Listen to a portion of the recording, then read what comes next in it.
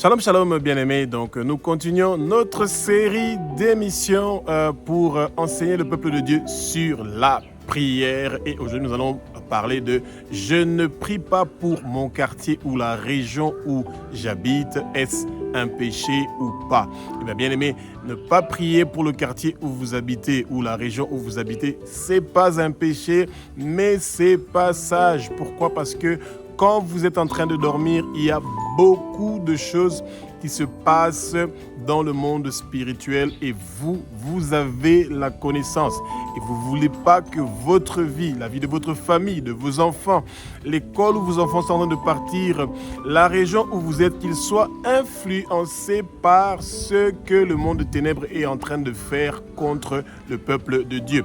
Et que le Saint-Esprit prenne le contrôle de ma bouche pour que ce que je dis, ce ne soit pas des paroles qui sont inspirées par moi, mais que ce sont des paroles qui sont inspirées par le Saint-Esprit, que les écailles tombent, que les yeux s'ouvrent. Nous allons connaître la vérité et la vérité va nous affranchir et le vent impétueux du Saint-Esprit est en train de remplir le lieu où vous êtes et vous allez être dans la plénitude du Saint-Esprit et que tout ce que le monde de ténèbres avait prévu contre vous, cela ne va pas réussir et prospérer. Toute arme forgée contre vous, toute épée qui se présente contre vous pour vous empêcher de pouvoir gagner des âmes pour le royaume de Dieu nous arrête, que tous ces plans maléfiques du monde de ténèbres ne puissent pas réussir et prospérer. Et espérons, bien-aimés, que vous allez être fortifiés pour poursuivre l'œuvre pour laquelle le Seigneur vous a choisi. Vous êtes un élu de Dieu. Le Seigneur veut que vous travaillez pour l'avancement de son royaume. La parole de Dieu nous dit dans Psaume 72 au verset 15, donc 72 au verset 15, que nous devons prier pour Dieu sans cesse et chaque jour le bénir. Et bien aimé, il n'y a pas un plus grand plaisir qu'on peut faire à Dieu quand nous sommes en train de combattre pour son royaume. Et le travail que les trônes, les dominations, les principautés invisibles, les puissances invisibles, les princes des ténèbres invisibles font pour pouvoir mettre le peuple de Dieu dans des erreurs, pour empêcher que le nom du Père soit connu, pour bloquer le peuple de Dieu de recevoir l'évangile de Dieu, eh bien, ce sont des choses que le Seigneur peut le faire avec sa puissance et sa souveraineté, mais il préfère utiliser nos bouches. C'est pour ça que quand nous nous réveillons le matin, le Seigneur veut que nous commençons à préparer notre journée. Et notre journée ne consiste pas seulement à prier pour nous-mêmes et pour notre famille, mais à prier pour l'environnement où nous sommes en train de vivre. Le quartier où vous êtes en train de vivre a des autorités spirituelles qui sont en train de diriger ce quartier-là et qui sont en train d'empêcher que le nom du Père soit connu et que l'évangile soit connu. Et quand vous vous réveillez, vous réveillez avec des musiques qui sont païennes pour vous envoûter, des imams, des mosquées qui sont en train de faire des citations pour envoûter les gens pour qu'ils ne puissent pas recevoir la parole. Eh bien, il y a toutes sortes de cérémonies qui se font la nuit quand vous êtes en train de dormir et le Seigneur le connaît. Il a cette puissance-là de pouvoir résoudre ça directement. Mais il veut que nous, à travers nos prières, que nous puissions prier pour qu'il n'y ait pas d'accident dans le quartier où nous habitons, qu'il n'y ait pas des gens qui vont mourir à cause des maladies, que les hôpitaux ne vont pas perdre des gens dans le quartier où nous habitons, dans la région où nous sommes. Et nous sommes ceux qui apportent la lumière. Parce que dans notre quartier, parce que dans la région où nous sommes, il y a les ténèbres, bien-aimés. Regardez seulement autour de vous, où vous habitez, comment les gens sont en train de mourir, de tomber malades, de vivre des moments très difficiles. C'est parce que le peuple de Dieu n'est pas en train de prier pour que la lumière du Seigneur, que la parole, que la voix du Seigneur commence à retentir. Bien-aimés, vous devez demander au Seigneur que son tremblement de terre le plus grand, le plus violent se lève et commence à fissurer, à détruire, à brûler tout le travail qui a été fait par les trônes, les dominations, les principautés invisibles, les puissances invisibles, les princes des ténèbres invisibles. Tout leur travail doit être dispersé, détruit et ne plus revenir dans votre quartier et ne plus revenir dans la région où vous êtes. Vous devez demander la délivrance, que le sang précieux de Jésus soit appliqué, soit aspergé partout dans le quartier où vous êtes partout dans la région où vous êtes, que la région où vous êtes, que le quartier où vous êtes soit lavé par le sang précieux de Jésus, nettoyé complètement par le sang précieux de Jésus pour que vous puissiez avoir la paix et la tranquillité, que votre quartier puisse connaître le réveil, le salut, que vous puissiez vivre en tranquillité, en toute piété, en toute honnêteté, que tout ce que le monde de ténèbres avait préparé contre vous, contre votre quartier, ne puisse pas réussir et prospérer. Dieu n'a pas besoin de notre faveur. C'est pas parce que nous prions que nous faisons une faveur à Dieu. Il n'a pas besoin de notre faveur. Dieu peut faire ce qu'il veut comme il veut. Ce monde l'appartient. Ce monde est pour lui éternellement. Mais Dieu veut coopérer avec nous. Il veut que nous travaillions ensemble avec il veut travailler ensemble avec nous. Il veut que ce qui est en train de se réaliser dans le monde soit un résultat de sa volonté et un résultat de notre volonté. Et notre volonté doit s'aligner à ce que sa parole est en train de dire. Et le quartier où vous habitez, la région où vous êtes les représentants, les ambassadeurs de Dieu. Et c'est pas seulement quand on vous voit dans les réseaux sociaux, sur YouTube, que vous êtes en train de voyager partout dans le monde entier et que vous êtes en train de vous afficher dans les réseaux sociaux comme vous êtes bien habillés, avec des jolies montres, avec des jolis habits, que c'est ça qui est en train de montrer que vous êtes un ambassadeur de Dieu. Un ambassadeur de Dieu est d'abord un guerrier de la prière, celui qui s'occupe de sa famille, celui qui s'occupe du lieu où il habite, de la région où il est, du quartier où vous êtes. Vous devez vous battre pour que vos enfants, les enfants de vos voisins, le lieu où vous êtes, puissent prospérer, réussir, que la sainteté, la sanctification puisse venir dans le quartier où vous êtes. Et vous avez cette responsabilité-là. En étant chrétien, vous avez la connaissance. Vous avez cette responsabilité-là de comprendre que le Seigneur veut vous utiliser pour emmener la lumière. Il veut vous utiliser pour faire connaître son nom dans le quartier où vous êtes, dans la région où vous êtes. Il veut faire connaître l'évangile de Jésus dans le quartier où vous êtes, dans la région où vous êtes. Pourquoi? Parce qu'il veut arracher ce que le Satan lui a volé et pouvoir récupérer cela. Et c'est ça que le Seigneur veut. Le Seigneur a l'objectif que tout le peuple puisse venir dans le royaume de son Fils Jésus-Christ de Nazareth. Et pourquoi?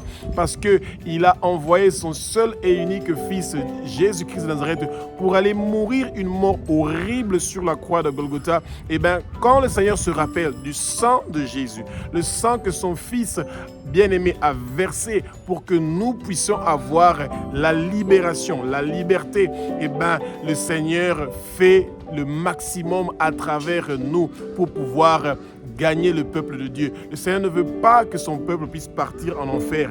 Le Seigneur ne veut pas que le peuple de Dieu puisse connaître les temps de feu. Il veut pas. Il veut que le maximum de personnes puissent venir volontairement vers lui, sans sentir une pression, être harcelé ou traumatisé. Le Seigneur ne veut pas nous traumatiser. C'est pour ça qu'il nous a envoyé le Saint-Esprit, cet Esprit de Dieu qui vient pour nous parler en douceur et qui nous pousse avec douceur vers le Père pour que nous puissions l'adorer, le glorifier, le remercier pour cette belle mission qu'il nous a donnée, celui de travailler pour son royaume, pour son intérêt et pas pour notre propre intérêt. Le Seigneur nous a donné une liberté et cette liberté-là que le Seigneur nous a donnée, c'est une liberté que nous pouvons utiliser comme nous le voulons. Mais notre liberté ne peut pas aller en dehors de la volonté du Père. Notre liberté est être libre selon la parole du Seigneur. Ça veut dire que nous sommes libres selon ce qui est écrit dans la Bible, selon ce qui est écrit dans la parole de Dieu. Et la parole de Dieu nous demande de prier sans cesse, tout le temps. Et c'est pas seulement pour nous, mais c'est aussi pour le milieu où nous sommes. Pourquoi? Parce que le Seigneur veut que quelque chose se passe. Et bien aimé, même quand vous ne voyez pas directement un résultat, il y a beaucoup de quartiers où vous avez commencé à prier. Il y a 10 ans ou 20 ans passés, revenez pour voir ce quartier-là. Beaucoup de fois, vous allez trouver que ce quartier-là a prospéré après que vous soyez parti beaucoup d'années passées.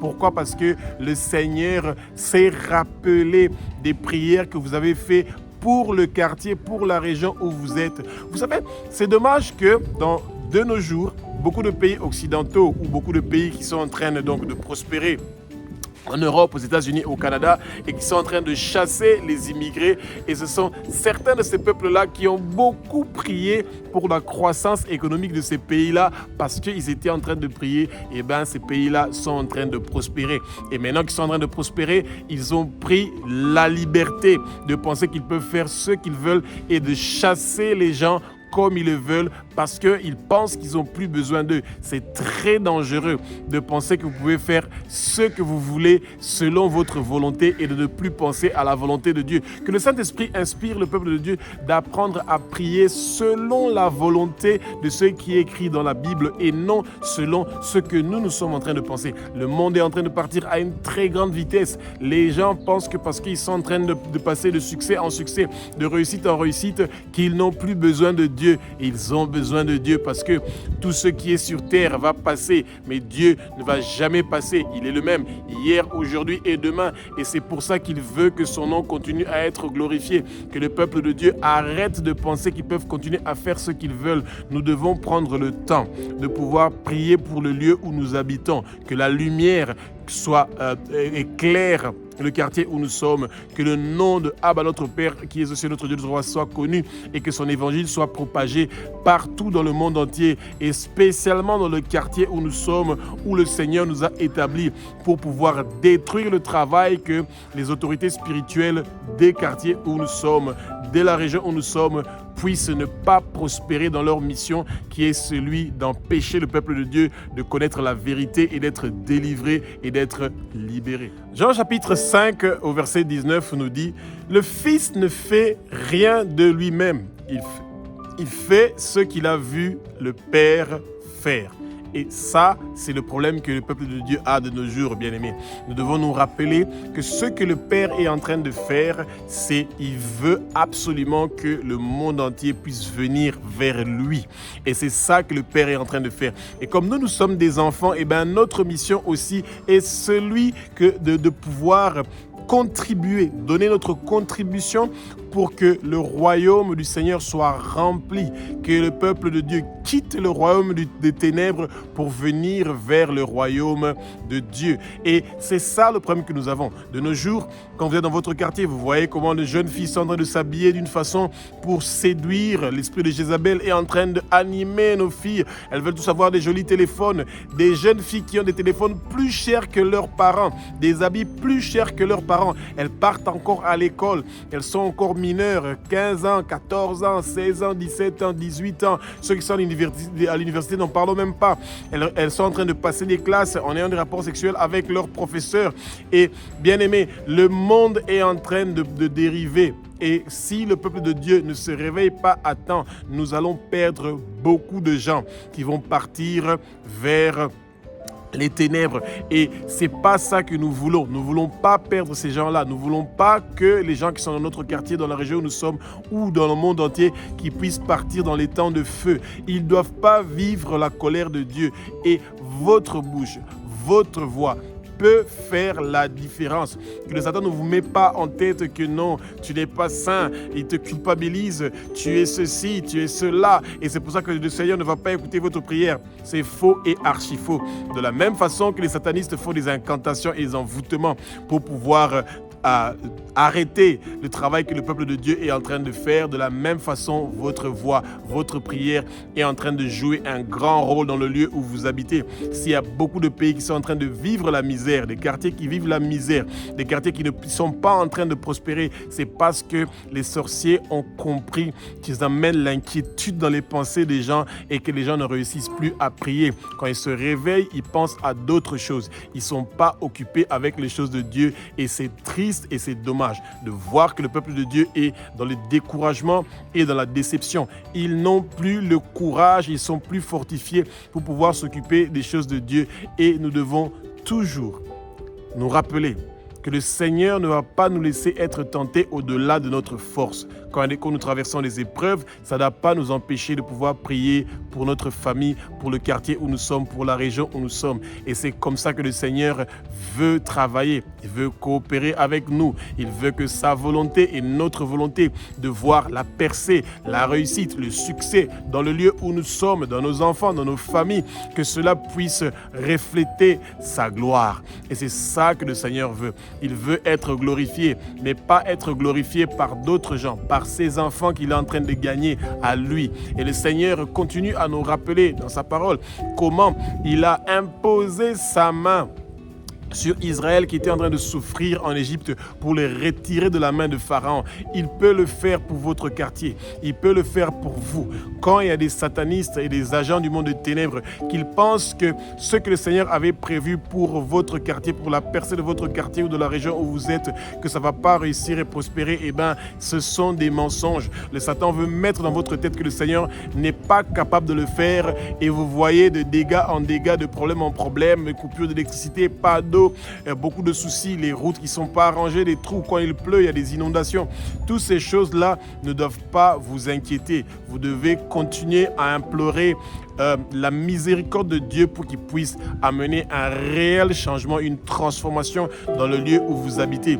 Et vous êtes en train de jouer un grand rôle, vous êtes responsable. Sentez-vous responsable pour pouvoir faire des merveilles dans le lieu où vous êtes et que le Seigneur amène la lumière où vous êtes. Espérons que vous avez appris quelque chose sur le rôle important que vous êtes en train de jouer dans le royaume de Dieu.